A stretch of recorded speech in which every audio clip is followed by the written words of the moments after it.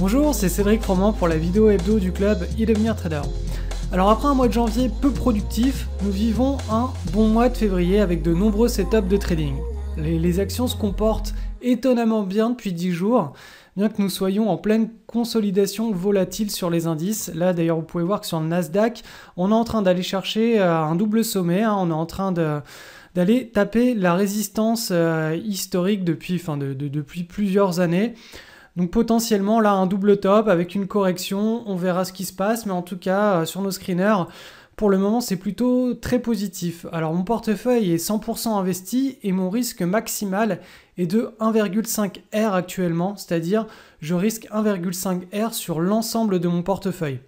Donc autrement dit, si la pire catastrophe boursière devait arriver, ce qui est fortement improbable, je perdrais seulement 1,5 R. Donc tout dépend du R de vos positions. Il peut être de 0,5% comme de 1%, comme de 1,5% en fonction de votre aversion au risque. Donc voilà, c'est pour vous donner un ordre d'idée de ce qui est en train de se passer dans mon portefeuille. Donc si vous n'êtes pas un obsédé du risque, ça doit absolument devenir votre priorité en trading. Donc nous sommes toujours en pleine saison des résultats et celle-ci est en train de nous livrer quelques opportunités tradables. Donc j'espère que les traders de news font bien leur devoir et en profitent actuellement.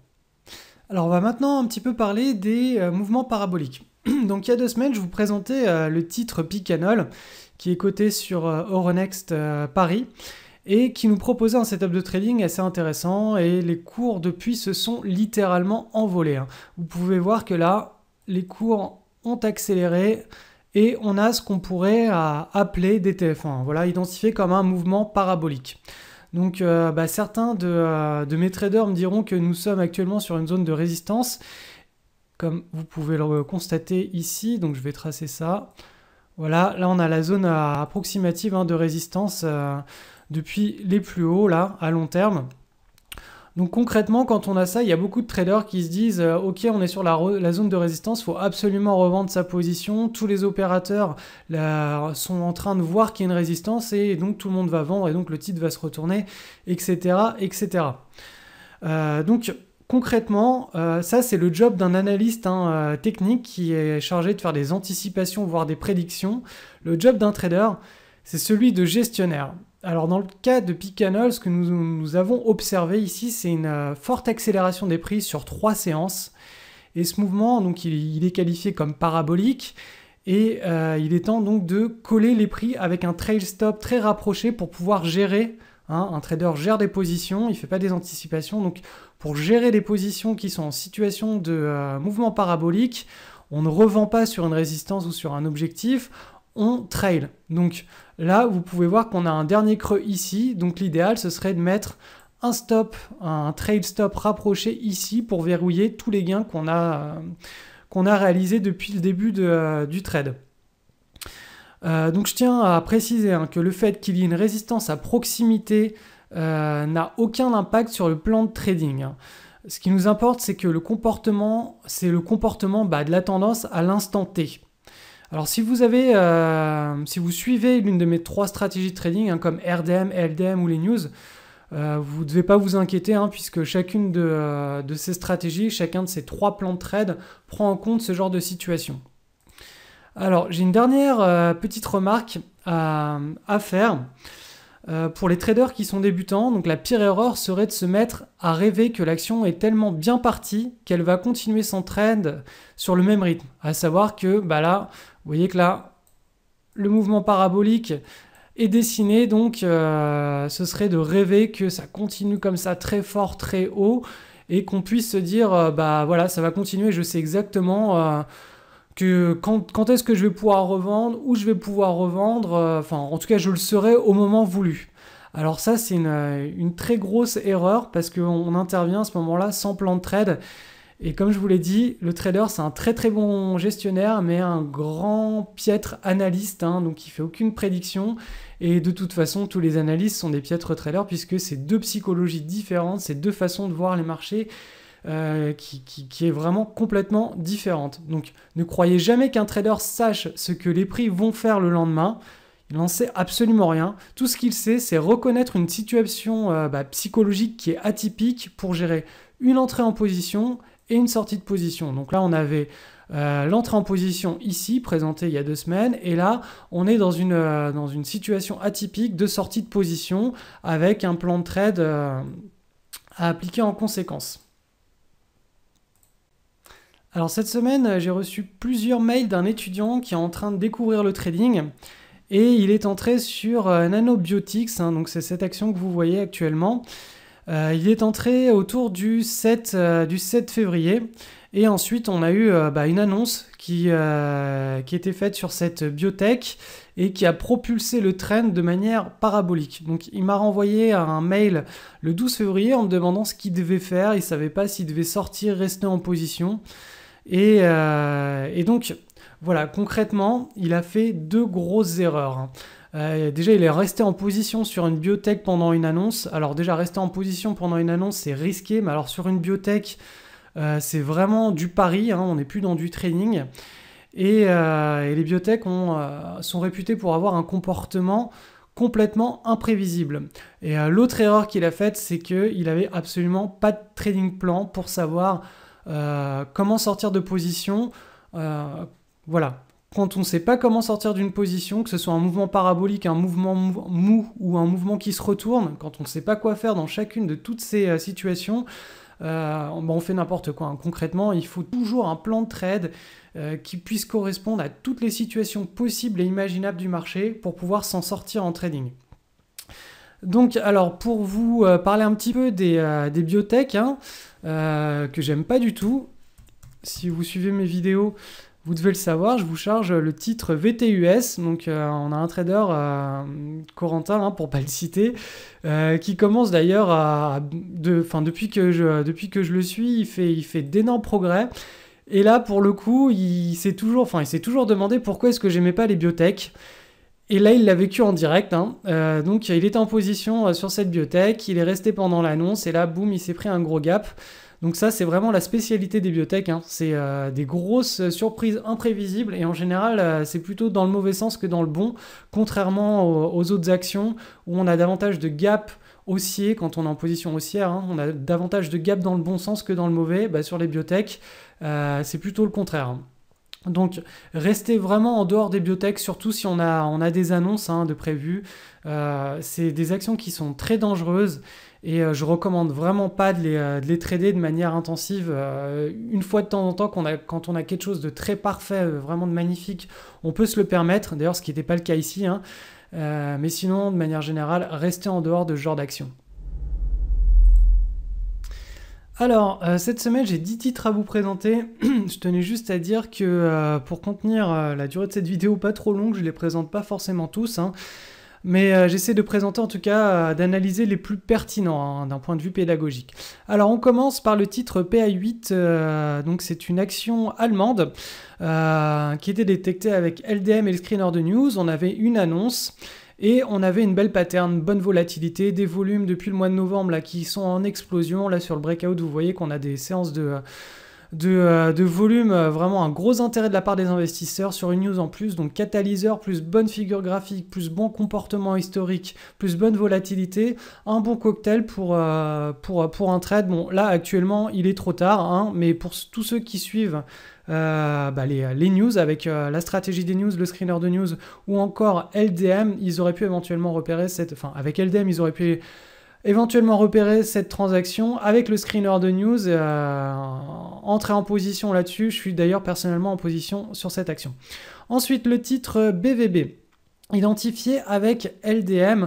Alors celui-ci est pas excessivement... ça manque un petit peu de volatilité, mais bon, pour ceux qui rentrent en position, on avait là une stratégie de coupe à mettre en œuvre et l'opération était quasi neutralisée. Donc voilà un petit trend intéressant, sachant aussi que cette action, à chaque fois qu'elle a cassé les patterns, comme vous pouvez le voir ici là en janvier 2013 et ici en août 2013, on a eu des bons trends qui se sont développés, donc il n'y a pas de raison que ça ne se reproduise pas. Donc en partant d'analyse de cette action dans le passé, on peut s'attendre au même type de comportement dans le futur de cette action quand on a un bon contexte de trading. Ensuite, l'action IVX. Alors, celle-ci était identifiée avec le screener de news en hebdo. Ça manque un petit peu de liquidité, hein, mais on avait quand même une belle pattern ici. D'ailleurs, là, début de l'année 2013, on avait une large base avec le breakout sur des volumes. Là, on a une bonne base avec un breakout sur des volumes. Donc voilà, un titre assez sympathique. On passe maintenant sur le Nasdaq. Ce titre était identifié avec LDM et donc le screener de news. Alors, cette action, ce que j'aime pas trop, c'est les longues mèches un peu partout. Là, vous voyez qu'on a des mèches là, au-dessus, en dessous. Mais bon, ça restait un contexte de trading analysable, hein, pour cette semaine. Et puis, pour les traders les plus agressifs, on avait un contexte de trading tradable, hein. Là-dessus, c'était correct. Voilà, ça faisait pas partie des plus belles patterns du marché, hein, que c'est celle que je recommande à mes traders. Mais ça reste du trading correct. Ensuite, toujours sur le Nasdaq, identifié avec le screener de news, le titre SHEN. La base a été moyenne à correcte. On avait les bandes de Bollinger, regardez sur la fin, qui se resserrent bien. On a cette base, cette tasse avec cette anse qui est avec la volatilité sur l'ensemble de la pattern qui se creuse. Là par contre, ce qui était un petit peu plus embêtant, hein, c'était qu'on avait une baisse des volumes, donc le breakout était pas validé par les volumes, donc voilà, moi je reste un petit peu méfiant sur ce genre de situation. Mais bon, pour les traders les plus agressifs, il y avait une entrée ici avec un stop ici. Pour les traders un petit peu moins agressifs, on a une entrée au-dessus ici sur validation avec toujours le stop ici. Et pour les traders classiques qui font du LDM, on avait une entrée sur le breakout ici. Donc vous voyez que les stratégies d'entrée sont variables. J'en parle d'ailleurs dans la formation Entrée au bon moment. Ce qui nous permet de retrouver avec une grille de lecture, de trouver les meilleurs patterns et ensuite de gérer des entrées, qu'on soit en avance, pendant le breakout ou après le breakout, avec des stratégies de pyramidage notamment. Ensuite, titre du Nasdaq, NTIC. Donc celui-ci, j'ai un petit peu arrangé mon screener parce que j'ai pas réussi à la détecter, ce qui est toujours un petit peu embêtant, hein, puisqu'en fait j'ai détecté sur le screener de news, mais il était beaucoup trop tard. Donc j'ai un petit peu changé mes screeners, j'essaierai d'en reparler parce que j'utilise en fait un screener maintenant qui reprend toutes mes formations, c'est-à-dire screener de news, le screener des requêtes de marché et le screener des leaders de marché. J'ai tout compilé en un seul screener de manière à pas avoir tous les soirs l'ensemble de tous les screeners à lancer sur chaque marché, puisque j'en avais facilement une trentaine. Donc ça devenait un petit peu embêtant, hein, puisque j'analyse beaucoup de marchés. Donc là j'ai tout compilé en un screener et celle-ci est passée au travers des filets. Mais bon, vous voyez que là on avait une très belle pattern. On avait des volumes en augmentation avant le breakout, pendant le breakout. Et de toute façon là il est trop tard, hein, mais on avait quelque chose de très sympathique. Voilà. Ensuite, le titre SEP. Donc là, on avait une annonce de résultats Q4 le 4 février. Ça n'a rien déclenché. Cette action présentait une base on va dire, correcte, hein, à peine correcte. Pour moi, il y avait encore trop de volatilité sur la fin. Donc, celle-ci, c'était plutôt un setup de trading en hebdomadaire. Vous voyez que là, on a cette base, les bandes de Bollinger qui se resserrent bien, une mini-base sur la fin qui a trop de volatilité, hein, comme je le disais. Sur le journalier, on le voit bien. C'est encore trop large. Mais bon, ça fait partie des actions assez intéressantes à analyser sur cette semaine, puisqu'on a ici un pivot qui reste bien respecté tout au long de ces mois.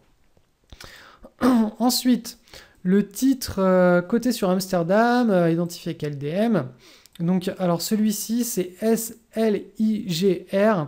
On avait un Q4 ici qui a rien déclenché du tout, donc pas de trade sur news, pas de catalyseur en particulier, simplement une base assez correcte avec un breakout qui s'est effectué ici. Les volumes manquent encore, donc on attend la validation pour avoir effectivement un trend qui pourrait se développer à l'avenir. Ensuite, le titre MDXH coté sur Bruxelles. Celui-ci, je l'avais déjà présenté le 23 janvier. On n'a pas eu la confirmation dans la semaine, mais on a eu la confirmation ensuite. Donc identifié avec le screener de news, on avait un bon news flow que j'ai retrouvé d'ailleurs, voilà, ici. Donc là, vous voyez que tac press release, pour MDXH, donc le 12 février, le 3 février, on a des annonces sur cette biotech qui ont lancé le trend. Donc entrer avant une annonce sur une biotech, hors de question, mais quand on a une annonce qui est annoncée au public, donc aux investisseurs, et que les investisseurs réagissent bien suite à cette annonce, on peut mettre en place une stratégie de trading.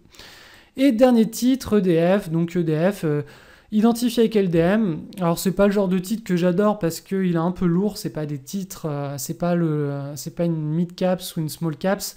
C'est une action un petit peu plus lourde. Cependant, vous pouvez constater que cette action, quand elle dessine des consolidations, quand on a un breakout, on a un beau trend.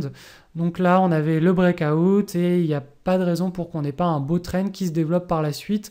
Donc ça faisait partie des trades qui pouvaient être gérés pour cette semaine.